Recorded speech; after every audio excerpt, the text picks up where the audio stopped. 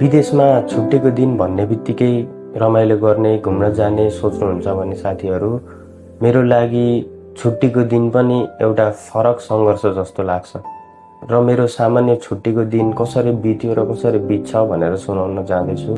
साथीहरू लगातार 12 घण्टाको ड्युटी गरिराख्दा बल्ल बल्ल आएको एउटा छुट्टीको दिन शरीरले आराम मागिरहेको हुन्छ अनि म बिहान ढिलो उठ्छु र कतै घुम्न जाने भन्दा पनि म केही समय सुतेरै बिताउँछु।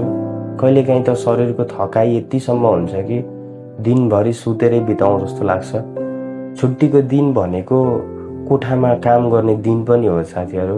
जस्तै नुहाउने, लुगा धुने, कोठा सफा गर्ने, खाना बनाउने, खाने र भोलि ड्युटी जानको लागि ड्युटीको तयारी गर्ने र कहिलेकाहीँ बेलुकातिर हामी मार्केटतिर पनि निस्किन्छौँ।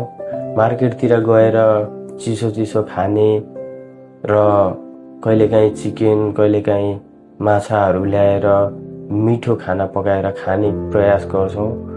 र तपाईँहरूको छुट्टी कसरी बितिरहेको छ तपाईँहरूलाई सेयर गर्न मन लाग्छ भने कमेन्टमा सेयर गरिदिनु होला।